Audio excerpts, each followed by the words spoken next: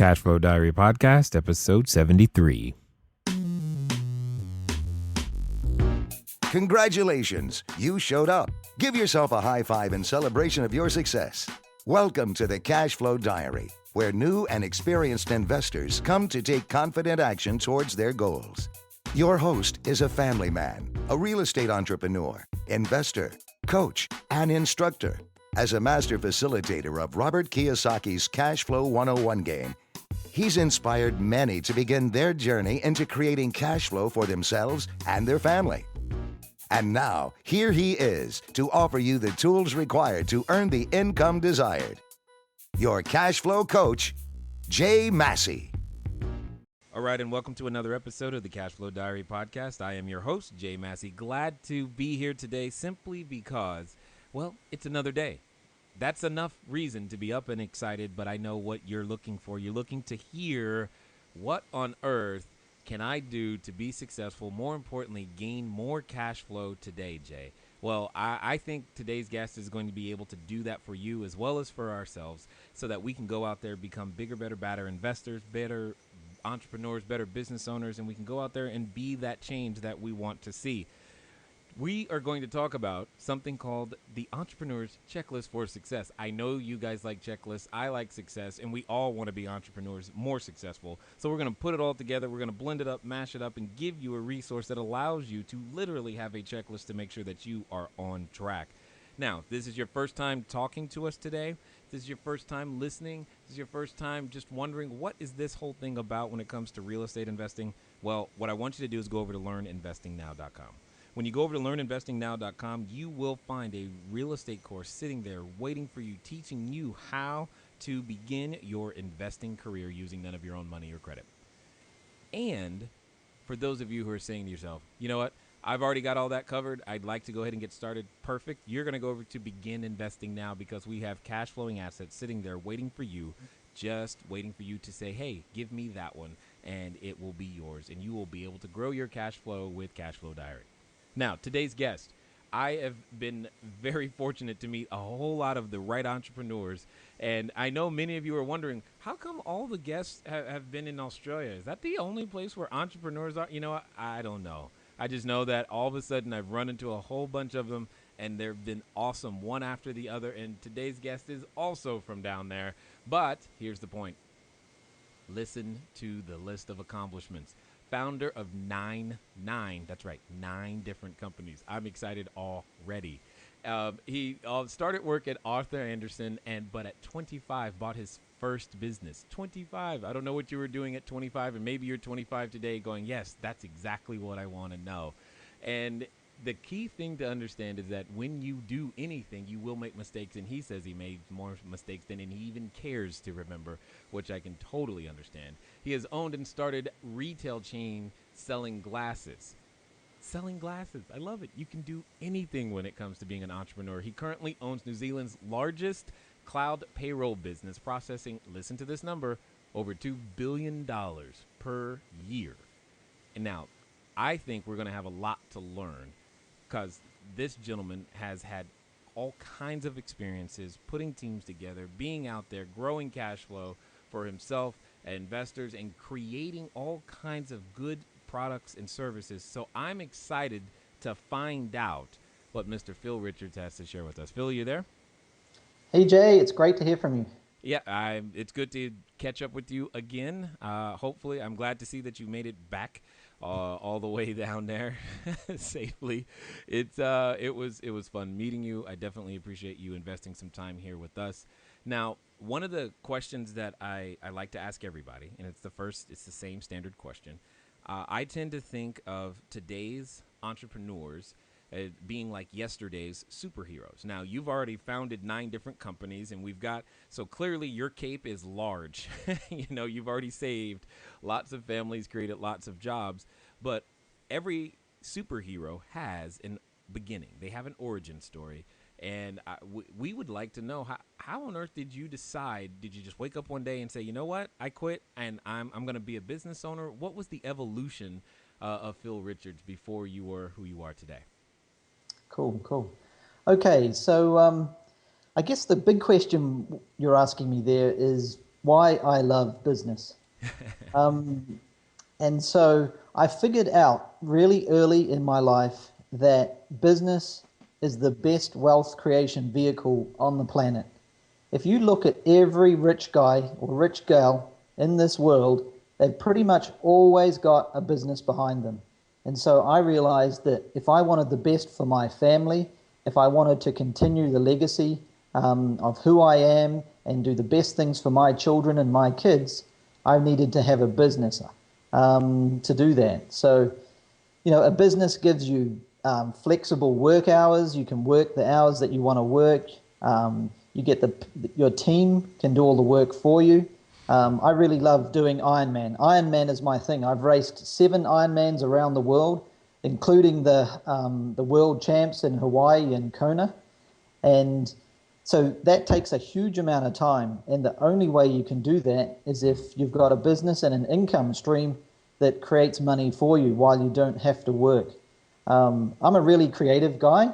I love thinking creatively, and that's probably one of the reasons why I've done so many businesses, because I love thinking creatively, and I love learning. I love learning. I love new challenges, and I love making a big difference in people's lives. And that's really, I guess, one of the whys behind why I do business. So it's heaps of fun. I have so much fun doing what I do. I travel the world doing business, and it's cool. It's cool. It's big rewards, obviously, and actually, you have a much more certainty about your future when you're in control of your own destiny. One of the things I'm going to talk about later is about having faith in the future. And my very first job was at Arthur Andersen. Arthur Andersen was a huge US accounting company. And then after the Enron saga, one day that company, 250,000 employees were made redundant on one day. And so I saw that, and it just freaked me out. And so I knew that working even for a top corporation like that, nothing is certain. So I felt that I needed to be in charge of my own destiny. So that's why I'm here, Jay. So that would probably be then the wake up call, is the day where you see 250,000 lives changed by one or a few individuals' decisions. And I can only imagine what that was like. Now, you mentioned something about, you mentioned about the Ironman and running that, 7 different times. I happen to enjoy photography and flying helicopters and drones and those types of things. And those toys are expensive. But it is not just the money you spend, it's the time that you have to invest in order to use them properly. So I understand I think I understand a little bit about what you mean when, it's not just the hobby, it's the fact that you've got the time to master the hobby. And you, therefore, I feel more alive when I get to do those things. And the only people that I'm typically doing those with are business owners. I just thought that was, that's very interesting. I'm assuming then I've never ran an Ironman, but are they also mostly business owners? Yeah, like Ironman is full on. Just to put it in perspective for you, it's a 2.4-mile swim, it's a 112-mile bike ride, and then it's a 26-mile run at the end of that. So that is a huge day. So you No pretty carbs. much get A-type people doing it. Yeah. They're Wow. real go-getter type people, and there's a lot of business people that race Ironman, of course, because that's the type of thing that's in their DNA. Wow. So, and that's done in one day because you clearly have nothing else to do that day. Yeah, that makes sense. I can only Yeah. imagine the training process necessary for that. Oh, Yeah. I tell you, it is one of the most inspiring things you can watch. The Just being there and watching the people suffer through the pain, and then the elation and the excitement and the absolute sheer joy of crossing the finish line is like nothing you've seen on this planet. It is amazing. It is awesome. It is so addictive that I recommend that every person go and watch at least one, and then maybe you might even feel motivated to try even a small one and just start with a small one and then move up to a big one. Well, I thought you were going to say you recommend all of us to go participate, like in running one. I was like, oh, I don't know about that. But then you said watch, and I was like, okay, well, maybe I can watch. I might be able to watch. Let's start. It's like when you're looking at the fair, you see the new ride. You watch it first to make sure that it's okay and safe, and then you get on. I might be able to do that. Talk to me though a little bit about when you said certainty of the future, because I know that's one of the things these days is that everyone, especially in their investments or in their life, they're looking for, give me that guarantee. How do I know this will work? And the one thing you hear, at least we hear in the U.S. a lot, is businesses fail within the first 5 to 10 years. All this stuff. You've done this 9 different times. So what's the you must have some magic sauce, some secret recipe, something. Share with us, if you will, how on earth is it that you're able to create such consistent success? Cool. So I think really what this leads into is is this checklist I've created. I've created a checklist called the Entrepreneur's Checklist for Success. Okay. And I think this checklist there is no secret sauce. The things that I'm going to talk about today are really not that amazing. They're really not that incredible. But the key thing is that most people do not look at these things. They do not check this checklist off. They do not tick the box. And most of the things, as you're about to hear, are pretty simple. So, one thing I guess that I've always done, though, in business is I always make sure that if the business does not work out, I can still survive this. So, and another mantra I have is, what would you actually do if you knew you couldn't fail? Because most people are too scared to even start as well. So that is another huge barrier, because if you're too scared to even start, then you've already failed. But I'm hoping this checklist will actually be able to help people be more successful in their business and in their startup, so that they don't fail. Because really, it really makes me sad when people fail in business, because they probably haven't answered all of these questions that we're going to talk about today before they started. Because sometimes, there is such a thing as having blind faith. And if you just go out there thinking that you're invincible and not actually doing your due diligence properly and going through these questions, then sure, there's a good chance you will fail. But business is a risky thing. There's no question about it. Okay, awesome. This sounds good. And I definitely, one of the things that I don't think I've ever told anyone is that I don't know how that same question made it to you, but it also made it to me, is what would you do if you knew you could not fail? And I also say, if you were guaranteed to succeed, what would you attempt? What would you be even willing to dare dream? And that has led me to do really bigger things faster than I thought I ever would, simply because it's like, let's go for it. Let's see what happens. And it puts me in the state of being willing to at least try more. So share with us, please, what would you say is the first thing on the checklist? Cool, great.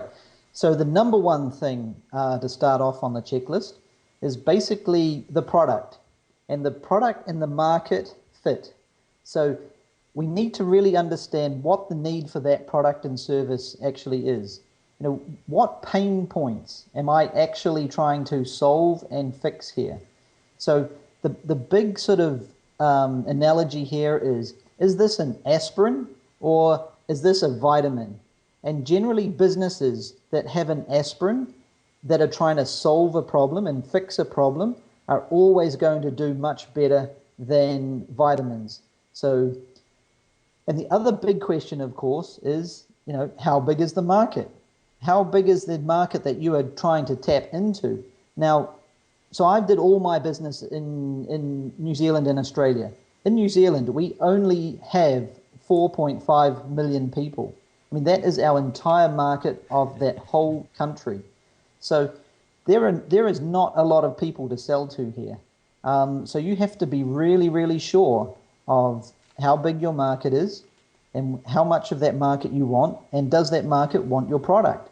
And they sound really simple things, but many people will not actually address how big that market is and how many customers are actually going to come into their store or buy their stuff or even want their stuff. So that is a really, really important point. So I've got like a couple of examples here. In the middle of the GFC, the recent big global financial crisis, I started a company from scratch. Now, when everybody has got no money and the world is really tightening their belts, I started a company called HealthyTastyFast.com. So this was a food company, and it was Indian food. So I went to my local Indian restaurant. I got the recipes from the Indian chef in the restaurant, and I brought those recipes and I took them to India, and I got these food products made in India, packaged up, all this Indian food into like a 2-minute microwave pouch, and I brought those packets of food back to New Zealand, and I got those distributed into the supermarkets.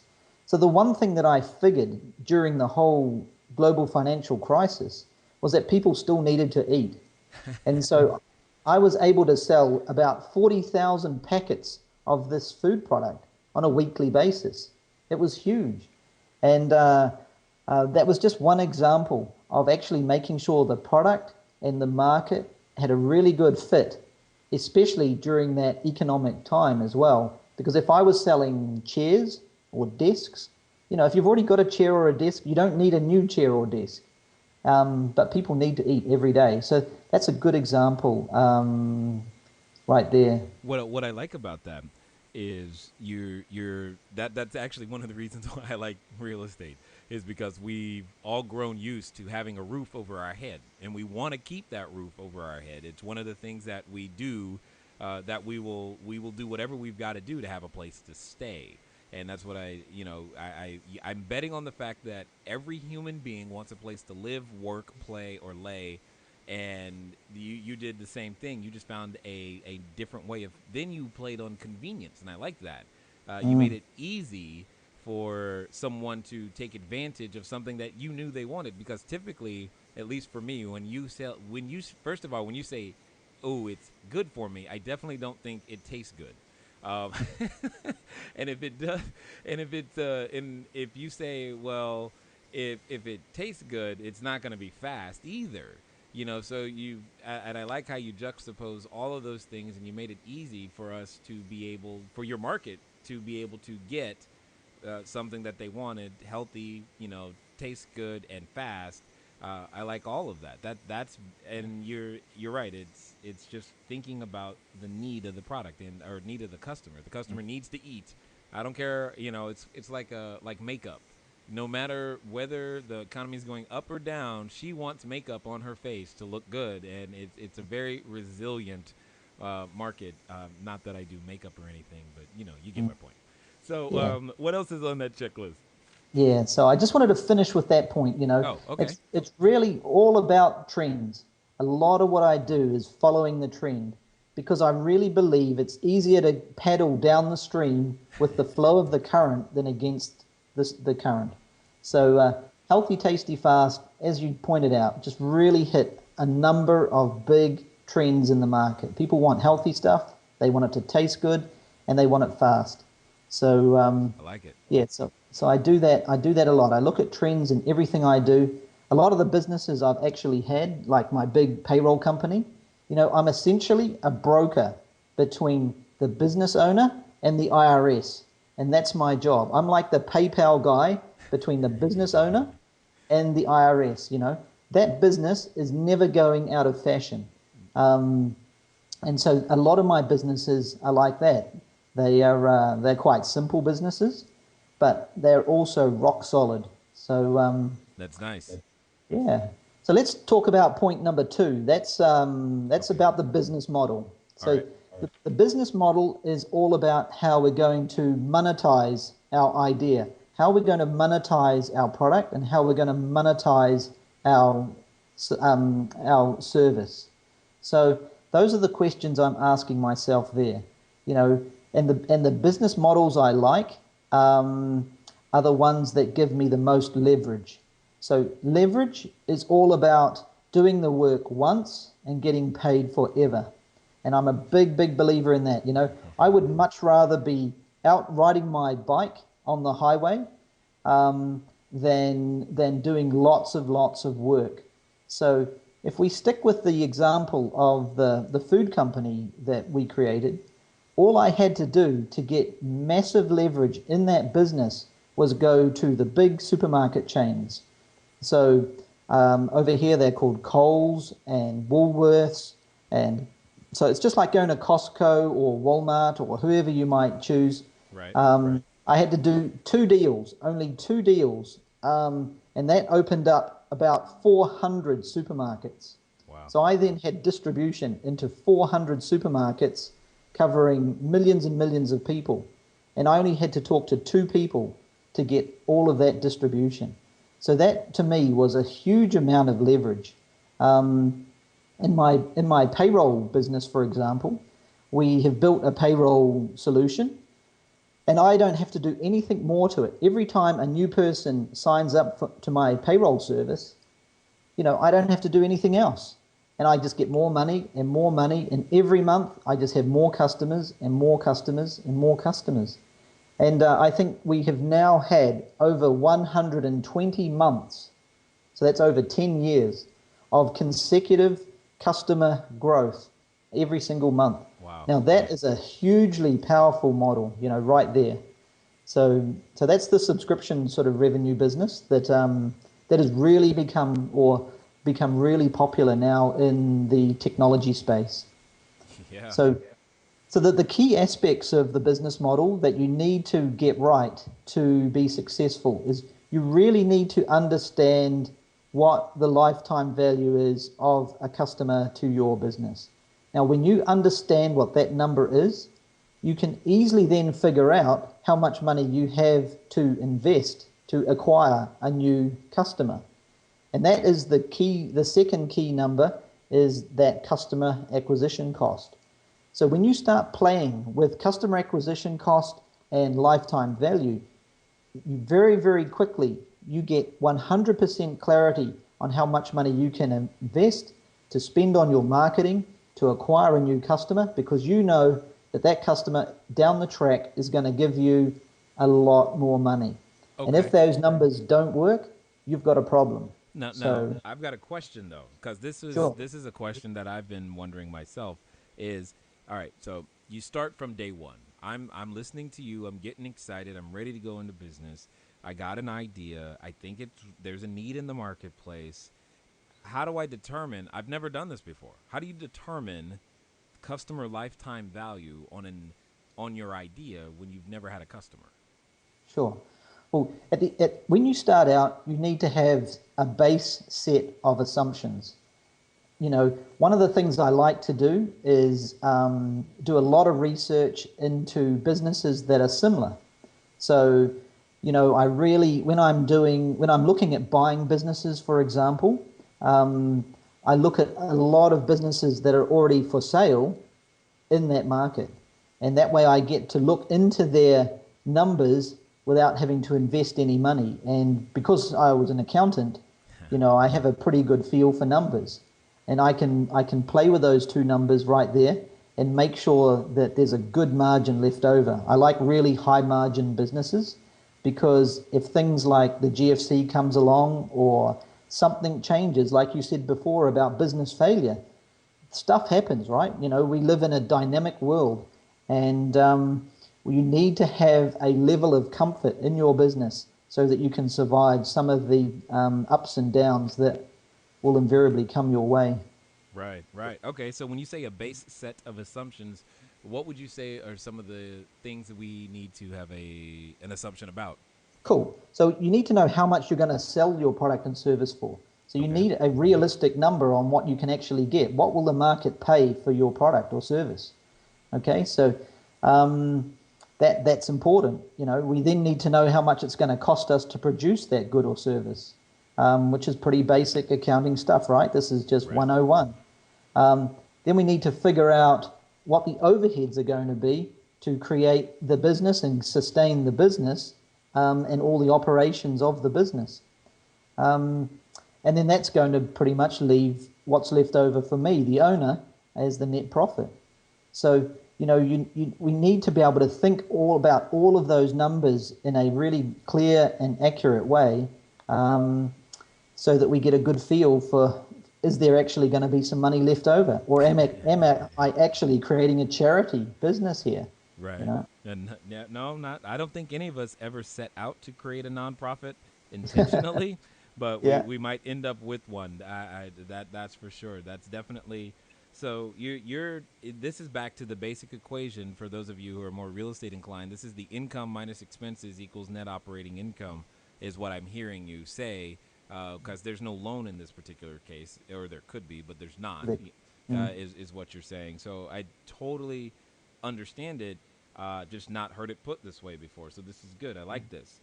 Is there something else in the on the second step, or is there? Or are we ready to go to the third one? All right. I know you're like, no, don't stop just yet. Well, it's time. The couple of things just to update you guys on real fast. Still working on the audio book. So hopefully after I'm done with the audio book, we will be back to the cash flow question, et cetera, et cetera. And we'll have many ways to continue to intrigue your mind to go out there and create more and more cash flow. Also, we will be getting back to a couple of episodes where I'm, it's just me and you. We'll hang out for a bit and do some of those as well. One of the things that I wanted to make sure that everyone was aware of, though, is if you are anticipating desiring the audio book, I'm assuming a number of you are, because you like the podcast and you keep listening, and I appreciate that. So what we're going to do is we started a list of, for those you guys who are interested in that, you want to send a text message over to 949-682-3565. The keyword is audio. 949-682-3565, and the keyword is audio. And when I'm done with the audiobook, yes, you will be notified as well. You'll be one of the first to actually be in that position. If you are international or you're not near a listening device that is a phone with the ability to send a text message, you can go ahead and do that. Go over to cashflowdiary.com/audio. Cashflowdiary.com/audio will get you the exact same result onto the same list. Anyway, don't have a whole lot of updates for you guys at the moment. Really, really exciting stuff is happening, and I'm just getting ready to get back to keep doing the audiobook, keep interviewing guests, and doing those types of things. Hopefully you are enjoying the content. And one of the things that I'm enjoying, and I hope you are too, is just the fact that no matter the locality, you've heard a lot of Kiwis and Australians, etc., going on and on about business here recently. And the cool thing for me is to see how universal it is, and after that, it becomes a matter of scale. And hopefully, you're seeing that too. I know that I'm learning that over in many different ways. And let's get back to the interview. We can move on. I think one of the key points for your real estate guys is really trying to understand that what you're playing with in real estate is the law of compounding. The law of compounding is the most powerful law on this planet. And so, in 1 year, I bought 13 houses. I fell in love with real estate, and every single month I was buying a house, and in 1 month I bought 2 properties. But the point with property is it's all about this, so you need to listen carefully to this. We overestimate what we can achieve in the short term, but we massively underestimate what we can achieve in the long term. And that right there is a very powerful statement, because what that tells me is that in years 1, 2, and 3, I may not make much money on my property, but in years 6, 7, 8, 9, and 10, all of a sudden I have created a lot of equity in those properties. So that is a really important thing from a business model point of view. If you're just investing in property, that there is all about just, you've got to stay in the game. So, oh my goodness. You just got me all kinds of excited. I'm glad someone else said it other than me, because people ask me all the time, Jay, why do you have so many units? Now you know the super secret. It doesn't need to cash flow from the beginning, although you want it to, so that you can sustain that time all the way to the end where he's talking about. I get excited. All right. So what's the next piece? Cool. Number three. So number three is all about scalability. How are we going to make this business big? And so you need to dream big. It actually takes the same amount of work to do a small business as it does to do a big business. So why not do a big business? Or an apartment complex. That's what I tell people. This is funny. This is awesome. I'm excited. It's the same thing. I like it. Scalability. This is why so that you know, this is why I started using Infusionsoft. Is because I was looking for a way to distribute scalable my ability, working with coaching clients, etc. I couldn't do it. There was just too many people, and the software helped me, and I'm just like, oh, cool. Now I'm meeting all these people who are saying the same thing, and they're using it, the same principles in their own business. So this is good. Keep going. I'm excited. Cool, great. Yeah, well, I'm glad you're excited. So scalability is all about leverage. We talked about leverage before. This is the same point. So a couple of points on scalability. You need to ask yourself, how am I going to distribute this product into the market in a big, big way? So I've just given you the example of the food product, getting that into the supermarket chains. That was an awesome way of getting some big scale quite quickly. Now, one of the problems that people face a lot with scaling their small business is a concept that I call you need to let go to grow. Okay? That is a very powerful point. And when you actually let go of doing some of the work in your business so that you can concentrate on growing it, that is when your business will start to grow. And here's another example. One thing that owners all often struggle with is that nobody can ever do the job as well as I do the job. But you figure this out. So if I hire two people and they both only do 80% of what I can do as 100%, if you go 2 times 80%, right there you now have 160%. So 2 people are going to do more than you can do on your own. Even if they're not as good as you, 2 of them are still going to do more than you can do. And that will then free you up. That will free you up to grow your business, spend more time with your family, have more holidays, play more golf, whatever you like to do. But right there, that is a secret to a lifetime of happiness and success. Or Ironman competitions, in your case. Yeah, that's right. I like it. No, I've had to learn this, and I say this again to all of you listening. Done is better than perfect. Done is better than perfect. And I'm not the best at everything. I'm good at some things, but I'm not the best at everything. But as long as it's done is always better than perfect. And if you can relax a little on that perfectionism, this scalability concept can serve you in a very, very powerful way that you didn't even imagine yet. So I'm kind of curious, how did you learn this scalability concept? Where did that come from? What was one of your first lessons there? It's pretty easy to figure out where that came from. I live on an island in the deep South Pacific of the globe that has very, very few people.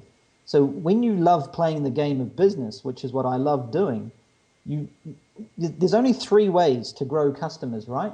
There's 3 ways to grow a business. There's only 3 ways to really make your company bigger. So this is important. You can create a new product and sell that to your existing customers. Number 2, you can get new customers and sell them your existing products.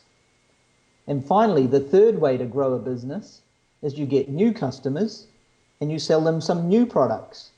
And those are the only 3 ways that you ever will need to know on how to grow a business. And so the problem we have in New Zealand is that we have lots of ideas, but we only have 4.5 million people. So if you want scalability, you are in the wrong country.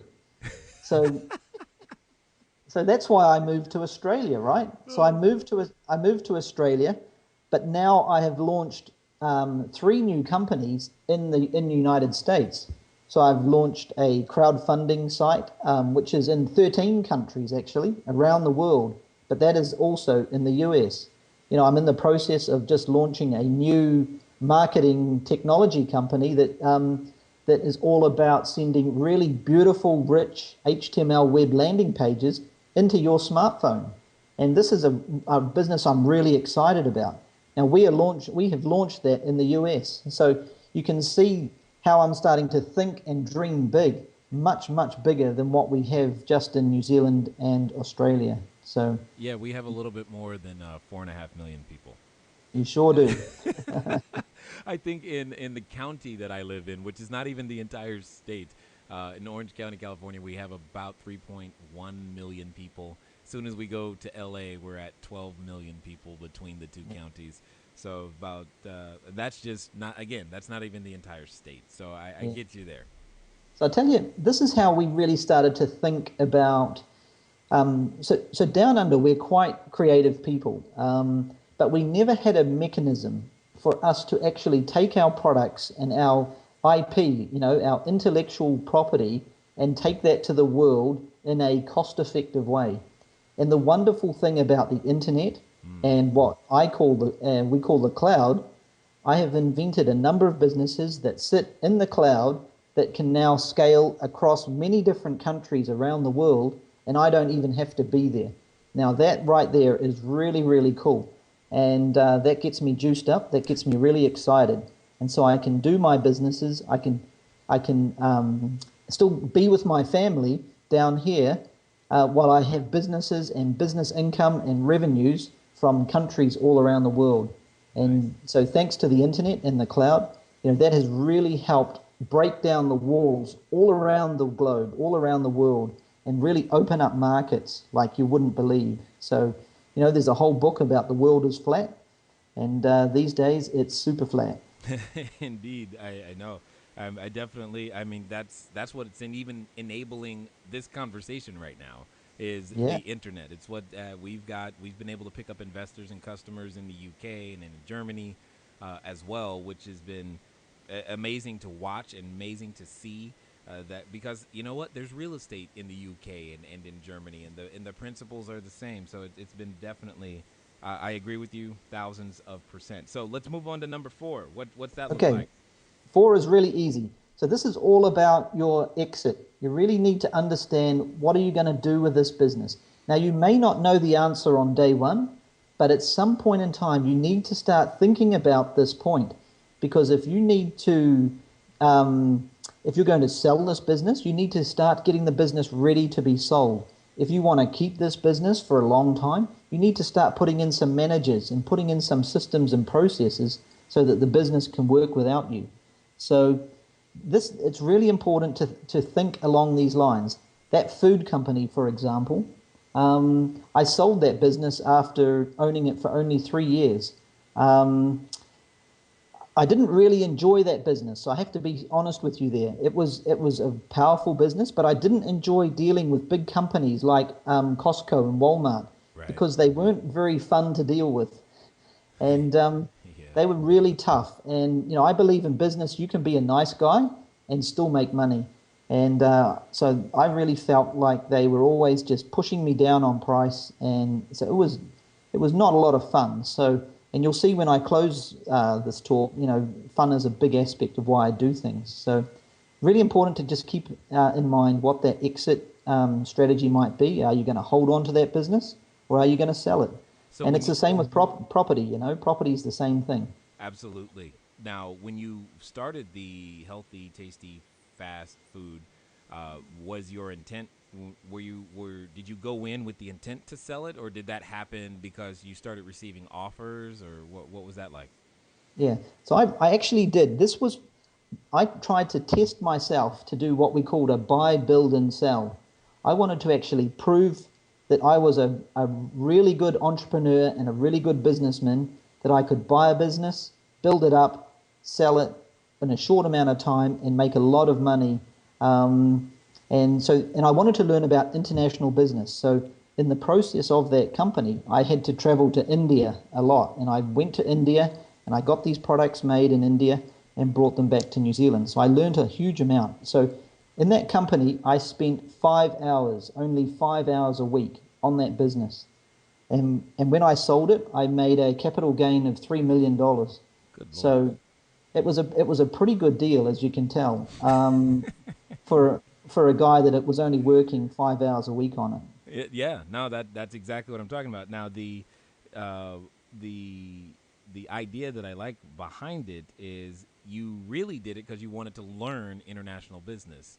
Exactly. And that was more okay, this is how I'm going to learn international business, and while I'm there, I'll go ahead and make some money too. Yeah. It's effectively a fix and flip, as we would call it in the real estate world. Yeah. You bought something, you fixed it up, you sold it. You're like, cool. Now what? Yeah, yeah. So you could look at a YouTube clip about international business. You could listen to a podcast about international business. You can go on Amazon and write a book about it, read a book about it. But the way I learn and the way I live my life is risking my money to really learn the lessons. And so yeah, that's the way I did it. I could have just gone to India and visited India as a tourist if I wanted. Right, exactly, and that's it's you. There's experiential learning, then there's book learning, and you've got to have both of them in order to have effective action or actually results in your life. And that's exactly what he's saying. I'm right there with you, because there's only so much time that I can hear about something and go, "Ooh, that's a great idea. That's a great idea," before I go, "Okay, let's execute on it and let's find out if it really, really works, and go and make it work, and let's go with that." And that's one of the things that I've learned to do, and I love to hear that other people do the same thing. So is there anything else under the exit? No, that's it. So we'll move on to 5 if you like. Yeah, absolutely. Sure, let's go. Okay, so the last point today is why. So why are we doing this? What is your why? Why did God put you on this planet? What is your purpose? All of those sort of big, big questions.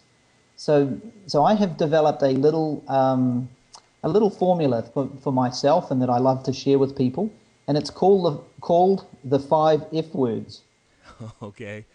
Okay, so number 1 is family and friends. So family and friends are really, the key part. When things are going bad in your life, it's your family and friends around you that you really need support from and want to be close to. And so, you need to spend lots of time with your family. You need to spend lots of time with your friends. And so for me, my family and my children are a big why behind what I do. And I don't want to be one of these dads that's never at home with their children. I want to be home when they say goodbye in the morning when they go to school. I want to be home when the kids get home from school and they want to tell me about their day and about what happened in their day. So, and I want to be a good husband to my wife as well. So that is all about family and friends. The second F is called fun. Now, business, I reckon, is just so much fun. I've said how I travel the world and do business. I meet lots of amazing people, and I get to be really creative. So for me, business is just all about having a lot of fun. And of course, if you do business well, you can have even more fun because you can go travel. I love to travel around the world and visit places. I like to just spend time with my family, like I said, do all that sort of fun stuff. Yep. Now, the third reason that I love business so much is it gives me that chance to focus on fitness. So fitness is the number 3 F word that I want to talk about. Because if you don't have your health and you don't have your fitness, your quality of life really goes down very, very fast. And then all of a sudden your life starts to shrink and you start to actually realize how important your fitness and your health actually is to your happiness in this world and on this planet. So the fourth point is all about finances. And finances, when you don't have money, life is actually pretty tough. And business is an awesome vehicle to actually help you with and improve your finances. And so that's why I love the reason why I do business. The final point today that I want to share with everyone, and so the last F word is, and it's a couple of F words, but It's basically focus on the future. This is all about that certainty of the future that we started this whole talk with.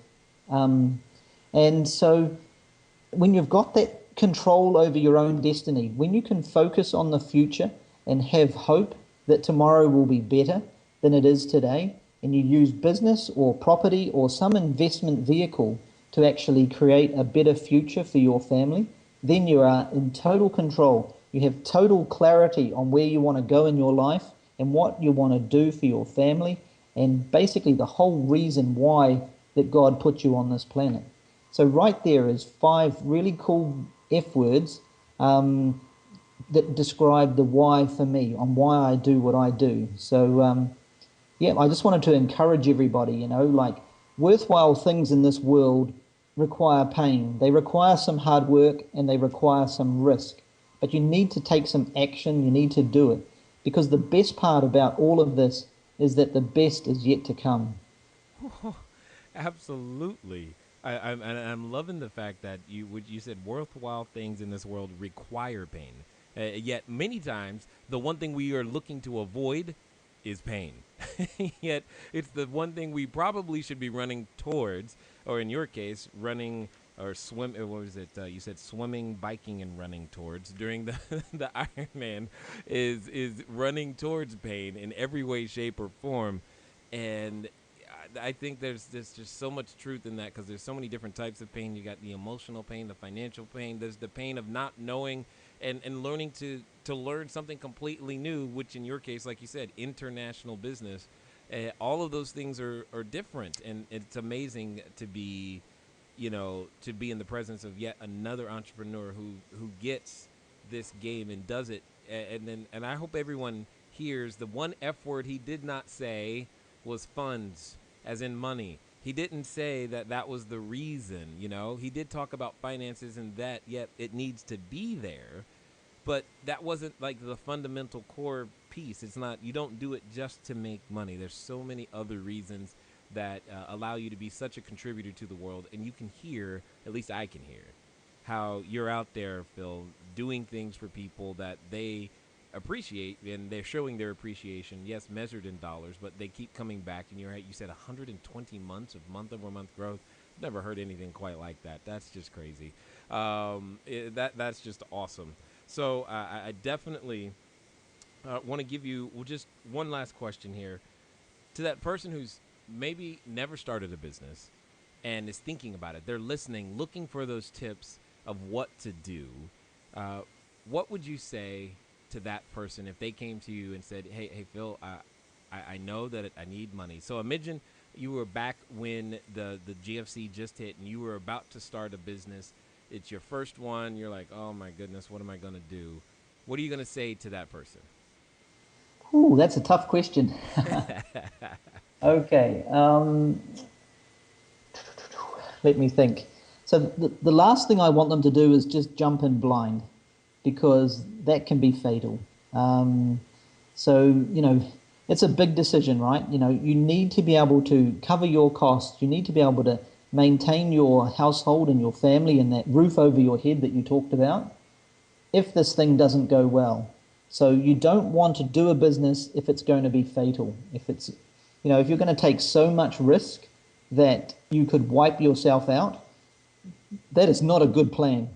And really my best advice is, one of the coolest things I like is if you have a business in mind, a business idea or a product or service that you want to sell, actually go and get a job in that business. Go and work in a restaurant, or go and be a chef in a restaurant, or go and be an accountant in an accounting practice, or go and work for a dentist, or work in a florist shop selling flowers. Go and actually do it for somebody else. Learn all of your lessons while they're paying you. And then you'll learn all of the secrets to making sure that business is a good business investment and has solid fundamentals, so that when you invest your own money and your own time and take the risk of doing it yourself, you already have the knowledge. Because, the thing that I've described through all of these, the checklist today, is about knowledge. You learn stuff through all of your experiences. So Go and learn, do your apprenticeship on somebody else's money, and then go and do it for yourself, and you will have made all of the mistakes on their money. You won't make the mistakes on your money. And that's a really cool way of what I call de-risking the whole process. That's probably my best advice if that I can think of right now. You know, you said you like leverage, and there was yet another way of doing it right there. I mean, there's so much leverage in learning from someone else, not making you've heard it said that we're not going to live long enough to make all the mistakes ourselves. So let's learn from others. Let's leverage their mistakes, their systems. They probably have developed some best practices that we could learn from to go out there and make our businesses sing. Well, I definitely appreciate you taking the time to invest here with us today. And I definitely look forward to catching up with you more and staying in touch, etc. And if there's anything that we can do to invest in you over there, let us know. We will do our best to do so. Cool, Jay. Well, I've really appreciated the opportunity today, and I just want to encourage everybody out there to make it big for themselves. Excellent. All right, ladies and gentlemen, now you know what it is time to do. It's time for you to move at the speed of instruction. How many resources, how many thoughts came to you while you were listening today? I know there were a number of opportunities. You now know that how important trends are. You now understand that you must eventually monetize your idea, but more importantly, you have ways of looking at that and understanding the importance of scalability and your exit strategy and why you must get stuff done. These are all excellent foundation points so that you can go out there and create that product or service that will be of value to your customers uniquely because you have taken the time to understand their needs.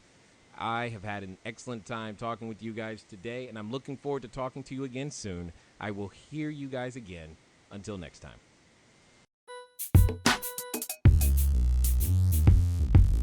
Thank you for investing your time with Jay Massey and the Cash Flow Diary. When you have a moment, please visit iTunes and leave a positive comment about the show. And go now to our website, cashflowdiary.com, to take advantage of our free business building course, Cash Flow Foundation. Gain the knowledge, understanding, and skill that will teach you how to never need a job again. Until next time.